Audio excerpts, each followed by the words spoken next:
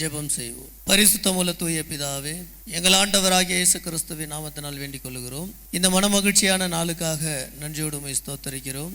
உடைய அடியார்கள் நாங்கள் யாவரும் இந்த ஊட்டி பகுதியிலே நாங்கள் ஒன்று கூடி உடைய நாமத்தை மகிமைப்படுத்தும்படியாக அநேக தேவதாசர்களை கொண்டு உடைய வேத வார்த்தைகளை நாங்கள் கேட்கும்படியாக நீர் கொடுத்திருக்கிற இந்த பாக்கியத்திற்காக நன்றியோடு உம்மை ஸ்தோத்தரிக்கிறோம். நல்ல தேவ ஆலோசனைகளை நாங்கள் பெற்றுக்கொள்ள நீர் கிருபை தாரும். கேட்கிற வார்த்தைகள் எங்களுக்கு பிரயோஜனமாக இருக்க கிருபை செய்யும்.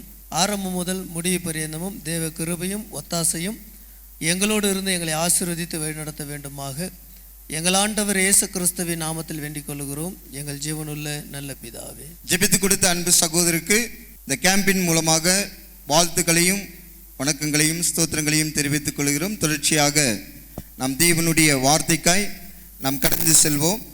இந்த நாளிலும் முதல் செய்தியாக அருமை ஊழியர் அன்பு சகோதரர் சொல்லிக்கிட்டே போலாம். நிச்சயமாகவே அவருடைய ஊழிய பாரத்தினுடைய காரியங்களை அடியேன் நேரடியாகவே கண்டிருக்கிறேன். தேவனுடைய வல்லமையுள்ள வார்த்தையை பிரசங்கிக்க கூடியவர் அன்பு சகோதரர் அருள் டேனியல் ஐயா அவர்கள்.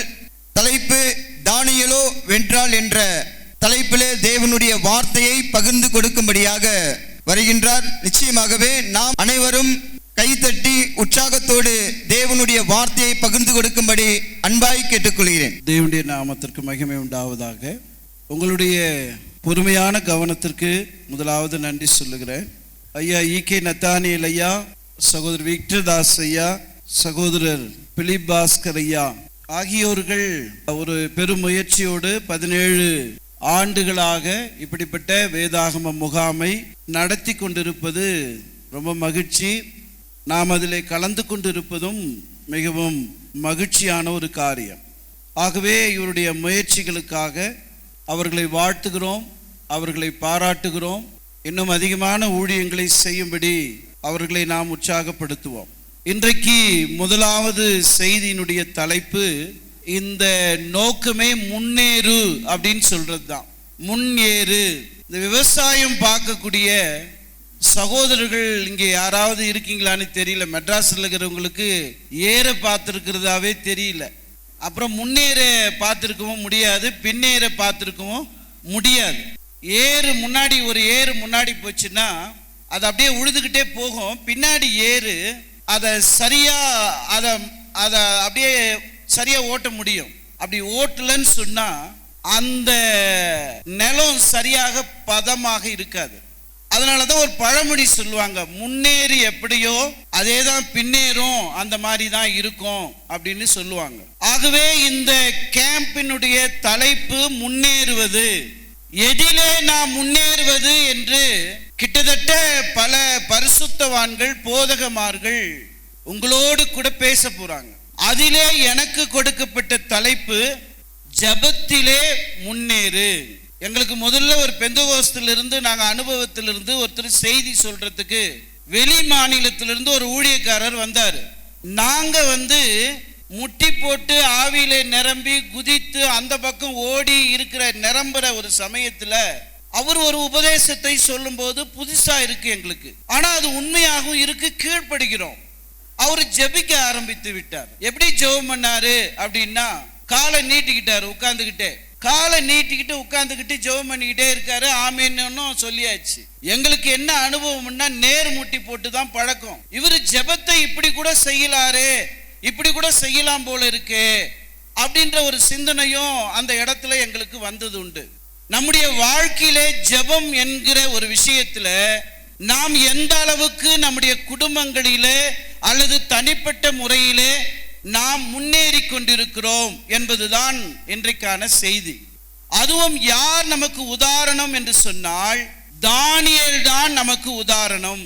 அதற்கான ஒரு வசனம் தானியேல் 6ஆம் அதிகாரம் 10வது வசனத்துல தானியேலோ வென்றால் அந்த ஜெபத்தினுடைய ஒரு முன்னேற்றத்தை அந்த இடத்துல காண்பிக்க முடியும்.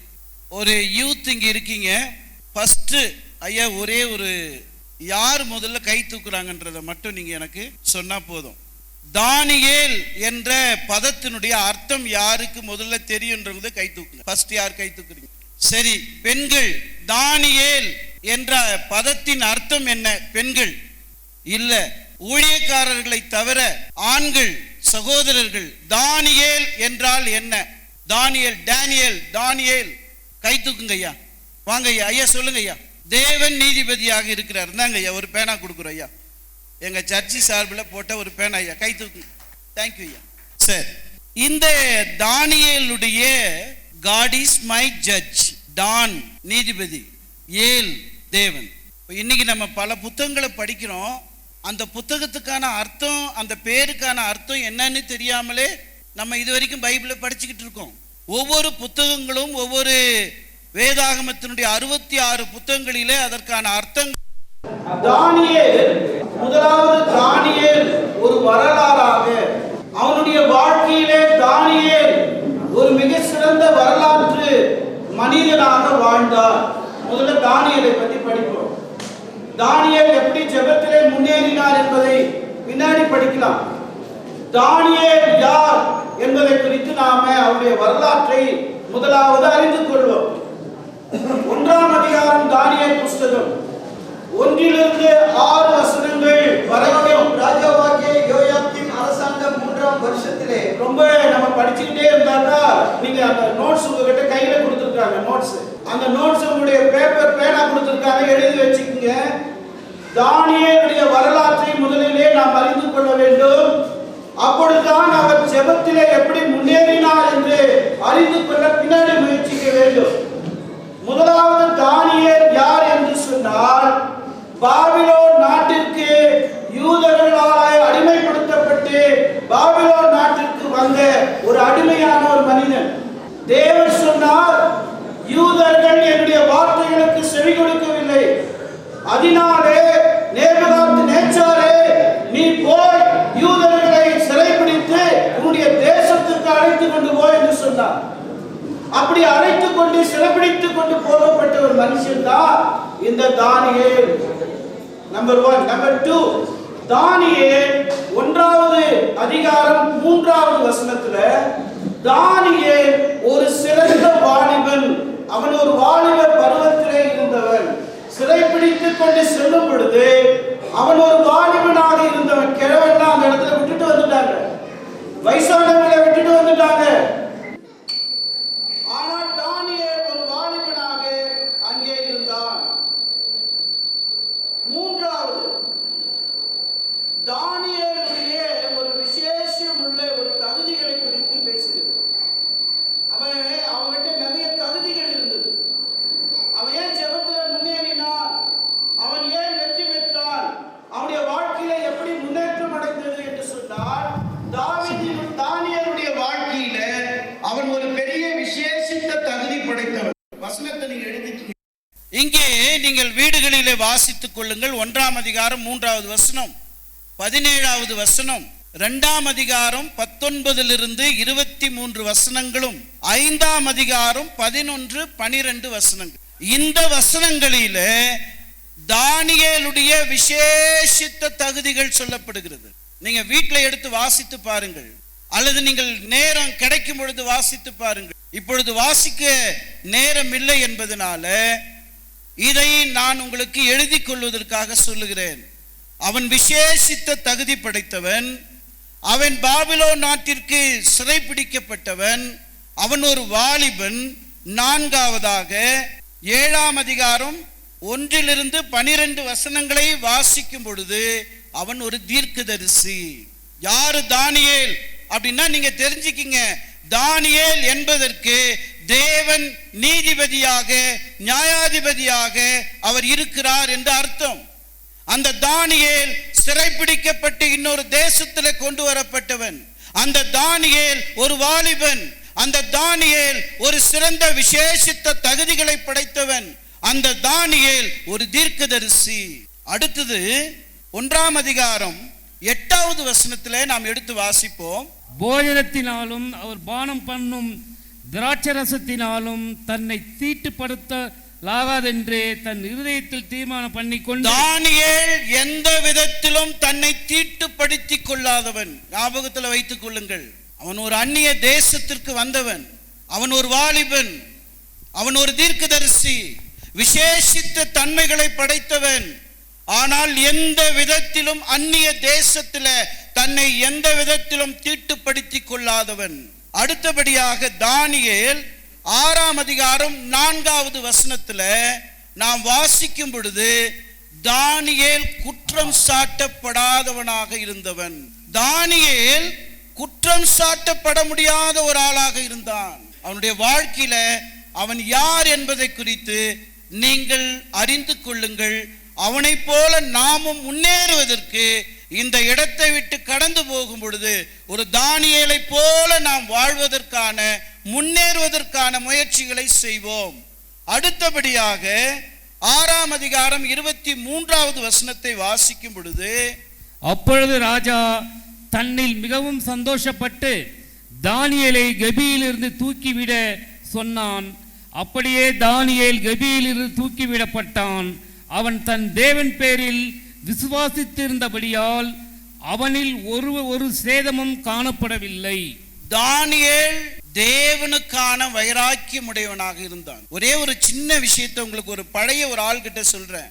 தானியேல் தேவனை குறித்த வைராக்கியம் உள்ளவனாக இருந்தான். தானியேல் ஒரு தீர்க்கதரிசி. தானியேல் தன்னை தீட்டுப்படுத்திக் கொள்ளாதவன். தானியேல் குற்றம் சாட்டப்படாதவன். தானியேல் ஒரு வாலிபன். தானியேல் ஒரு பல்வேறு விசேஷித்த தன்மைகளை கொண்டவன். தேவனை குறித்த வைராக்கியம் ஒன்று நினைக்கும் பொழுது நமக்கு இன்னொரு ஆள் ஞாபகத்துக்கு வரணும். அது யாருன்னா, சின்ன பையனா இருந்த தாவீது. பல நாட்கள் சண்டை போட்டு கொண்டிருக்கிறான் கோலியாத்தோடு. சவுல் ராஜா அவனுடைய மக்கள் ஜெயிக்க முடியவில்லை.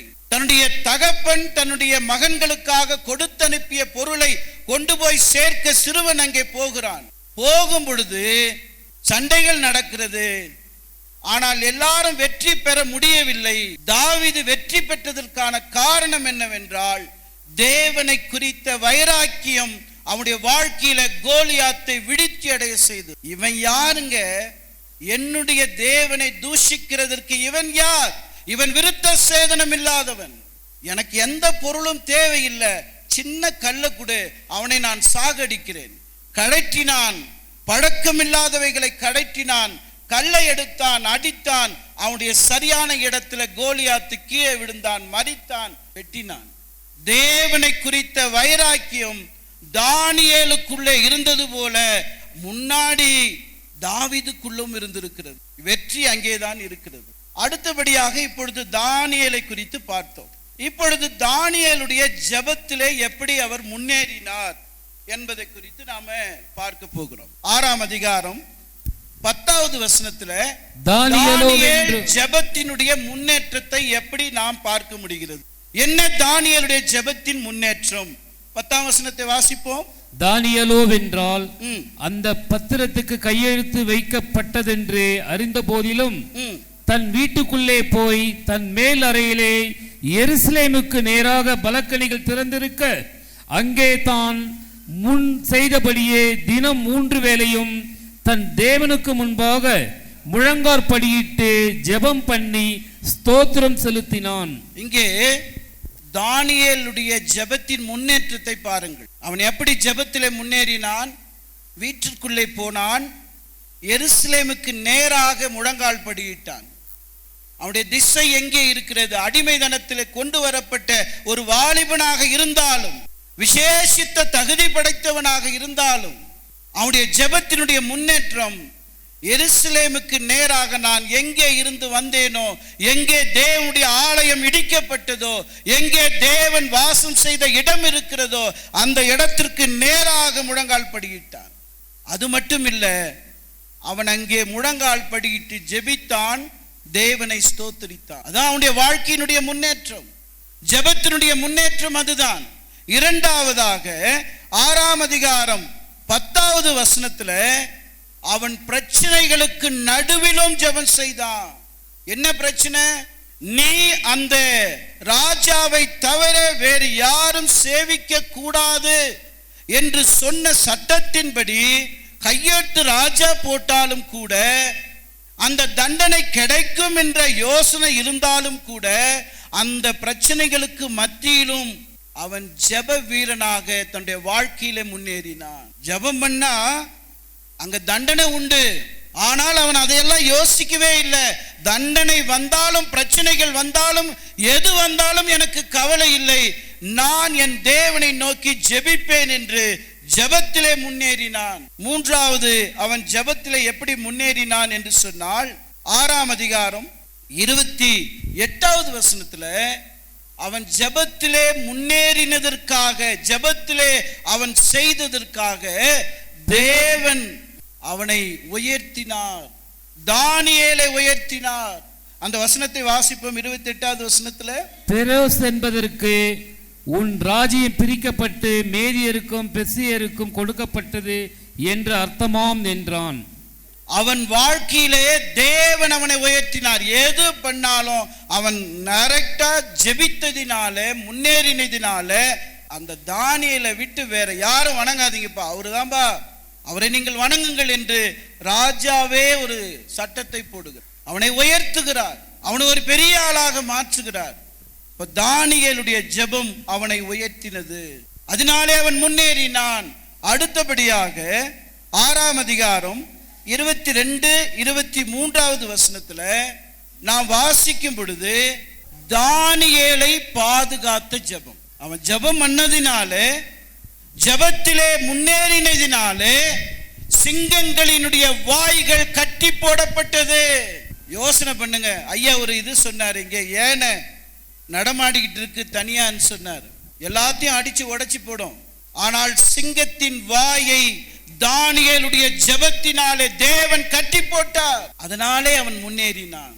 தானியேலுடைய ஜெபத்தினுடைய முன்னேற்றத்தை நீங்கள் பார்க்க முடிகிறது. தன்னை உயர்த்தி அவன் நின்றான். அந்த ராஜா அவனை உயர்த்தினார் அவனுடைய ஜெபத்தின் மூலமாக. அவனுக்கு பதவி உயர்வு கிடைத்தது. பிரச்சனைகளுக்கு மத்தியிலே ஜெபம் செய்தான்.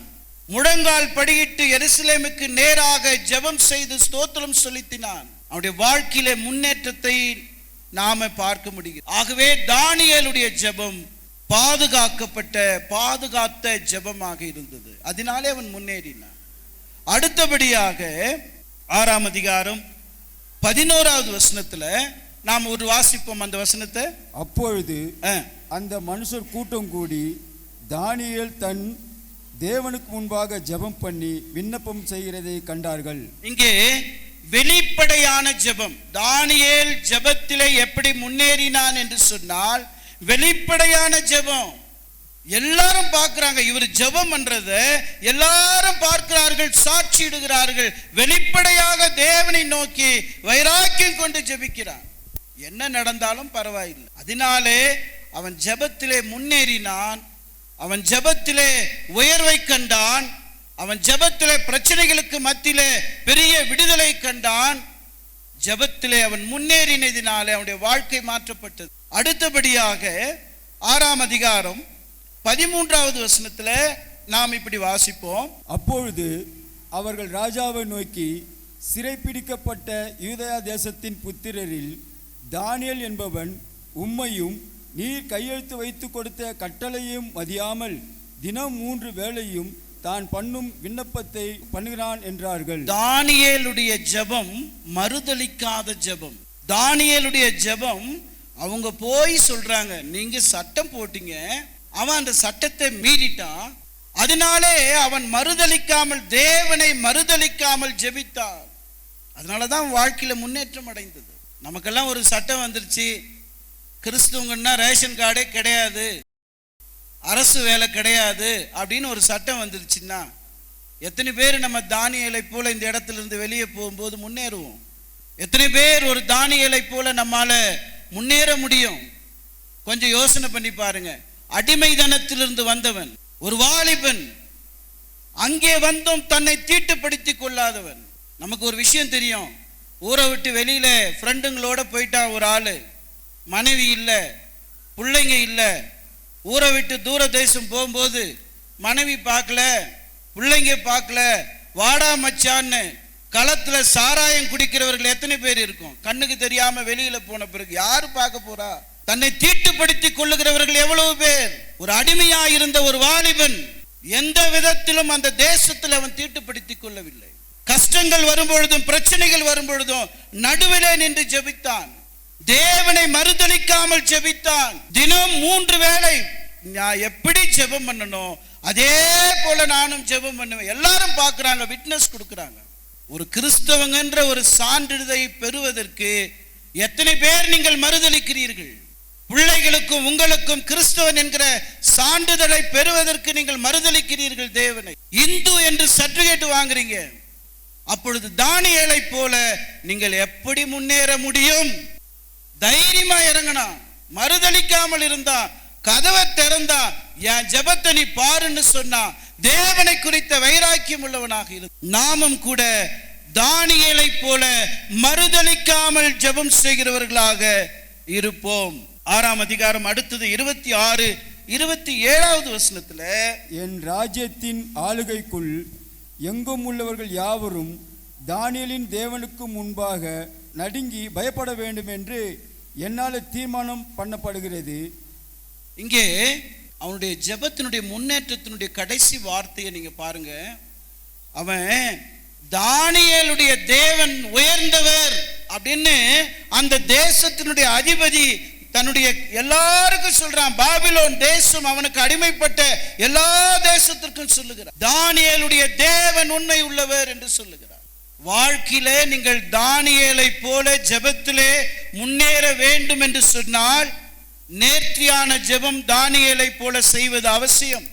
வீட்டிற்குள்ளே சென்று முழங்கால் படிட்டு ஜெபித்து ஸ்தோத்திரம் செய்ய வேண்டியது அவசியம். உங்களுடைய பிரச்சனைகளுக்கு நடுவிலே நீங்கள் தண்டனை என்று கிடைக்கும் என்று நினைத்தாலும் அவனை போல நீங்கள் ஜெபிக்க வேண்டியது அவசியம்.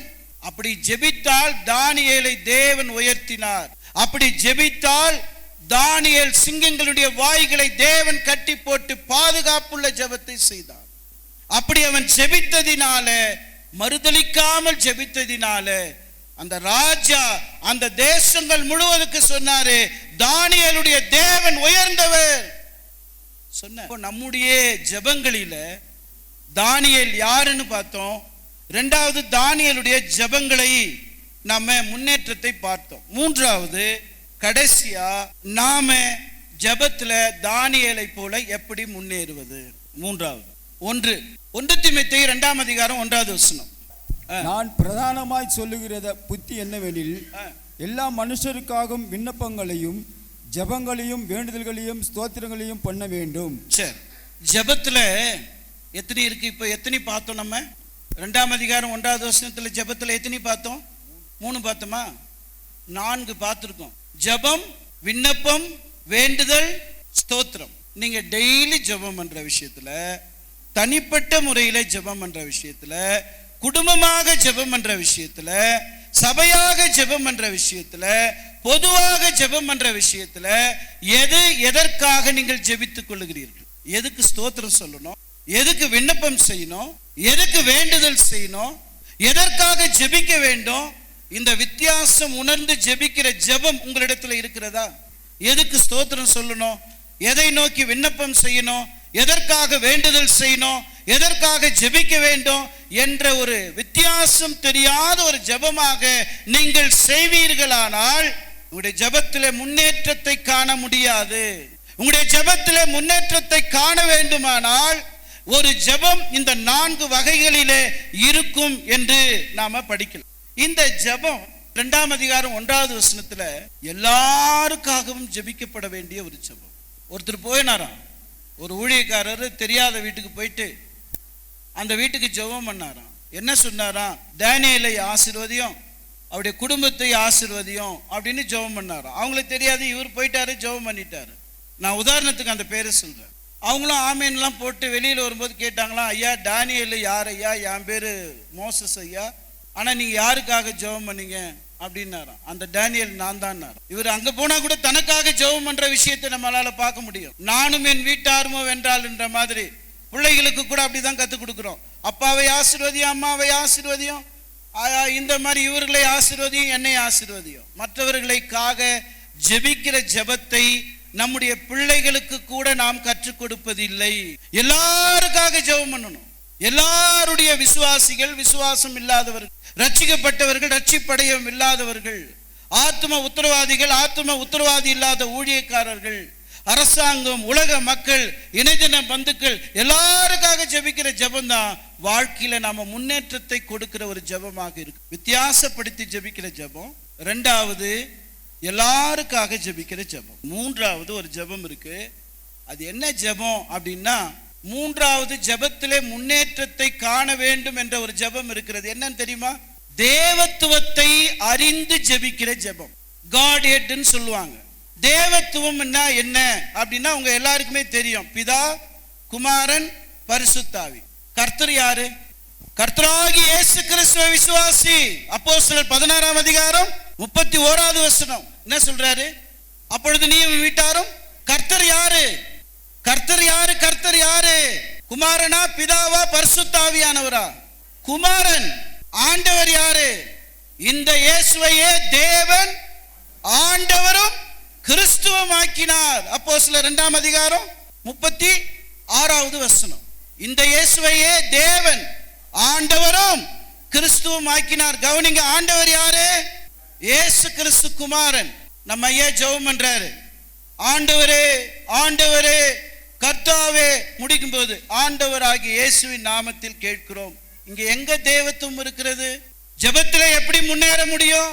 கர்த்தாவே கர்த்தாவே. அவங்களே இயேசு கிறிஸ்துவே சொல்றார் 7ஆம் அதிகாரத்தில், அந்நாட்களில் அநேகர் என்னை நோக்கி கர்த்தாவே கர்த்தாவே உமது நாமத்தினாலே தீர்க்க தரிசனங்களை சொன்னோம் அல்லவா. அதெல்லாம் அவரே சொல்றார். ஆனா நம்ம முடிக்கும் போது என்ன சொல்றோம்? கர்த்தராகிய இயேசுவின் மூலம் கேட்கிறோம் பிதாவே. இது என்ன தேவத்துவத்தை அறிந்து ஜெபிக்கிற ஜெபம்? ஆண்டவர்னா இயேசு, கர்த்தர்னா இயேசு, குமாரன் தான். நீங்க அவரை நோக்கி சொல்லிட்டு முடிக்கும் போது கர்த்தராகிய இயேசுவின் மூலம் கேட்கிறோம் பிதாவேன்னா அது எந்த விதத்துல சரியாக இருக்க முடியும்? இப்ப நீங்கள் ஜெபத்திலே முன்னேற வேண்டும், தானியேலை போல முன்னேற வேண்டும் என்று சொன்னால் ஜெபத்திலே வித்தியாசங்கள் தெரிய வேண்டும். ஜெபம் எதற்கு? ஸ்தோத்திரம் எதற்கு? விண்ணப்பம் எதற்கு? வேண்டுதல் எதற்கு? அடுத்தபடியாக எல்லாருக்குமான ஜெபமாக நம்முடைய ஜெபம் இருக்க வேண்டும். மூன்றாவது, ஜெபத்திலே தேவத்துவம் தெரிந்திருக்க வேண்டும்.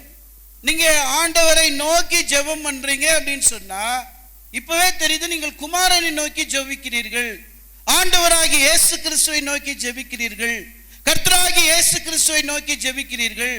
முடிக்கும் போது அதே வார்த்தைகளை சொல்லுகிறீர்கள். அப்போ இந்த வித்தியாசம் படுத்தி ஜெபிக்கிற ஜெபம் வாழ்க்கையில முன்னேற்றத்தை கொண்டு வருகிற ஜெபம். அப்பான்னு சொல்லுங்க, பிதாவேன்னு கூப்பிடுங்க, தகப்பனே என்று கூப்பிடுங்க. அது எவ்வளவு பெரிய வலிமை உள்ள வார்த்தை.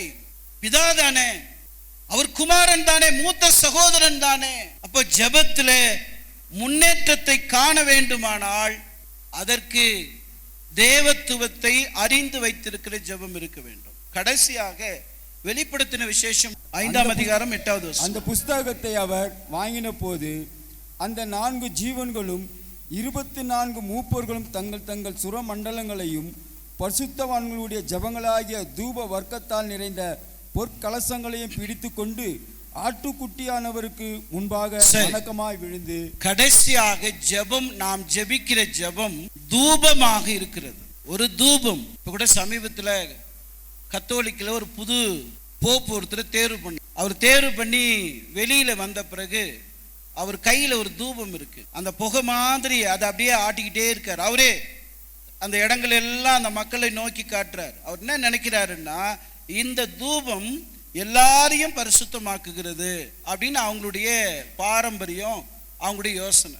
நீங்க இது எல்லா இடத்துலையுமே இருக்கும். இந்து கோயிலில் போனீங்கன்னா அந்த தூபம் அவங்க வச்சிருப்பாங்க, அதை மட்டும் அவங்க கையில அப்படி கும்பிட்டு அதை போயிடுவாங்க. அது ஒரு தூபம்.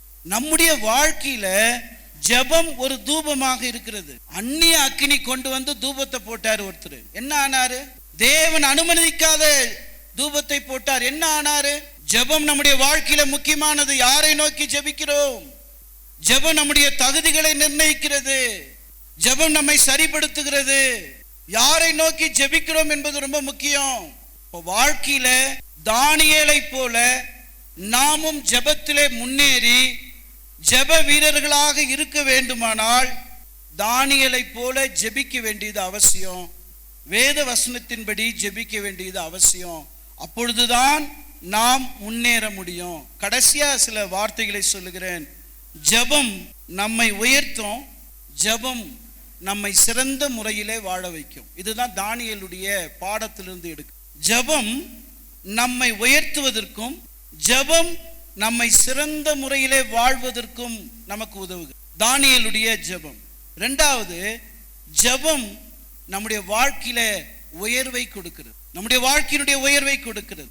ஜெபம், தானியேலுடைய ஜெபம் அவனை பாதுகாத்தது.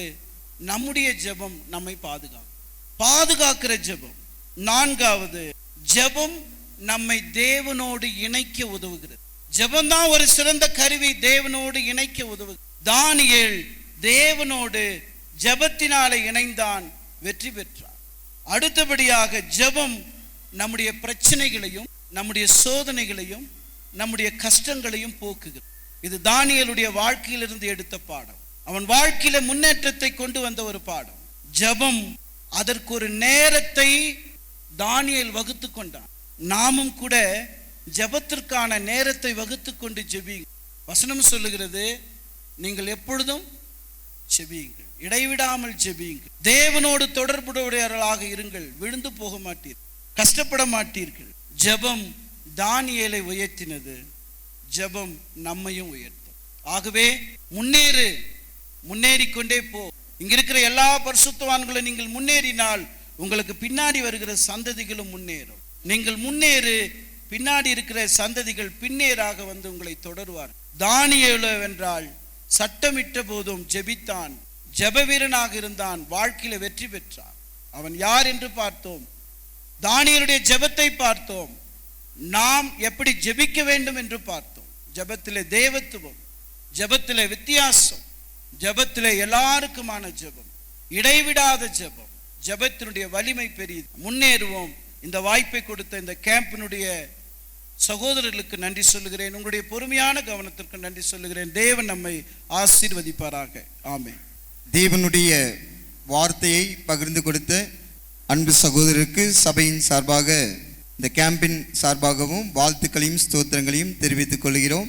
தேவன் தாமே அவரை ஆசீர்வதிக்கும்படியாக, அவருடைய ஊழியங்களை ஆசீர்வதிக்கும்படியாக. நிச்சயமாகவே ஒரு அருமையான ஒரு தேவ செய்தி. இந்த சம்மர் பைபிள் கேம்பினுடைய துவக்கத்தில் நாம் ஜெபத்தை குறித்து முதன்மையாக ஒரு தேவ செய்தி கேட்பது மிகவும் ஒரு அருமையான ஒரு தருணம். அது மட்டும் இல்லாமல் அன்பு ஐயா நத்தானியல் ஐயா சொல்லும்போது, இந்த ஊட்டிக்கு நாங்கள் வரும்போது மாமலை மேல் நின்று வானத்தை பார்த்தேன் என்கின்ற ஒரு பாடலை எழுதினார் என்று சொல்லும்போது உண்மையிலே ரொம்ப சந்தோஷம். அதே போல தான் தானியேல் என்கின்றதான சப்ஜெக்டில் இருந்து அருள் டேனியல் என்கின்றதான ஆசிரியரை தேர்ந்தெடுத்து தேவ செய்தியை பிரசங்கிக்கும்படியாக வழி நடத்துகிறார். தேவன் தாமே ஆசீர்வதிக்கும்படியாக இந்த நாளிலும் கூட நாம் தொடர்ச்சியாக ஜெபத்திற்காக நாம் கடந்து செல்வோம். இந்த நாளிலும் கூட ஜெபத்தை செய்து தரும்படியாக திருச்சி பகுதியிலிருந்து வந்திருக்கும் அன்பு சகோதரர் கனகராஜ் ஐயா அவர்கள் வந்து ஜெபத்தை செய்து தரும்படி அன்பாய் கேட்டுக்கொள்கிறேன். ஜெயிப்போம். மகா பரிசுத்தமும் நீதியும் அன்பும் இரக்கமும் கிருபையும் நிறைந்த பரலோக பிதாவே, இந்த அருமையான கூட்டத்தில் தாப்பனே நீர் உலாவிக் கொண்டு இருக்கிறதற்காக உமக்கு நன்றி செலுத்துகிறோம். தேவனே, உம்முடைய பிரசனத்தின் மூலம் எங்களை வழிநடத்துகிறதுக்காக கோடான கோடி ஸ்தோத்திரங்களை நாங்கள் ஏறெடுக்கிறோம். அன்பு தாப்பனே, இதோ அந்த கருத்தரங்கை வேதாகம கருத்தரங்கில் செய்து கொடுத்த தாசரை ஆசீர்வதியும், செய்தியை ஆசீர்வதித்து தாரும். அன்பு தாப்பனே, கேட்ட செய்தியானது எங்கள் ஒவ்வொருவருக்கும் தாப்பனே இந்த ஜெபமானது எங்கள் இருதயத்திலே கொழுந்து விட்டு எரியத்தக்கதாக இருந்ததற்காக நன்றி செலுத்துகிறோம். அன்பு தாப்பனே, தானியேலை போல நாங்கள் ஜெபிக்கவும், அவரை போல வைராக்கியமாக இருக்கவும், அவரை போல தீட்டுப்படாமல் இருக்கவும், தாப்பனே அவரை போல எவ்வளவு பிரச்சனைகள் வந்தாலும் பிரச்சனை மத்தியிலே தேவன் எனக்கு ஜெயம் கொடுப்பார் என்று ஒரு மிகப்பெரிய வைராக்கியத்தோடு வாஞ்சியோடு அவர் ஜெயம் பெற்றார். அதே போல் நாங்களும் எங்களுடைய வாழ்க்கையில் கிறிஸ்துக்களாக நாங்கள் வெற்றி பெற ஜெயம் பெற எங்களுக்கு உதவி செய்யுமப்பா. அன்பு தாப்பனே, வந்திருக்கிற ஒவ்வொருவரையும், இந்த செய்தியை கேட்ட ஒவ்வொருவரையும் ஆசீர்வதியும். அவர் குடும்பங்களில் ஜெபத்தினாலே தாப்பனே அநேக நன்மைகள் கிடைக்க நீ உதவி செய்யும்படி உம்மிடத்திலே கெஞ்சுகிறோம். அன்பு தாப்பனே, இந்த கூட்டத்தை நடத்துகிறதான நம்முடைய தாசர்களை ஆசிர்வதியும், உம்முடைய பிள்ளைகளை காத்துக்கொள்ளும் வழிநடத்தும்.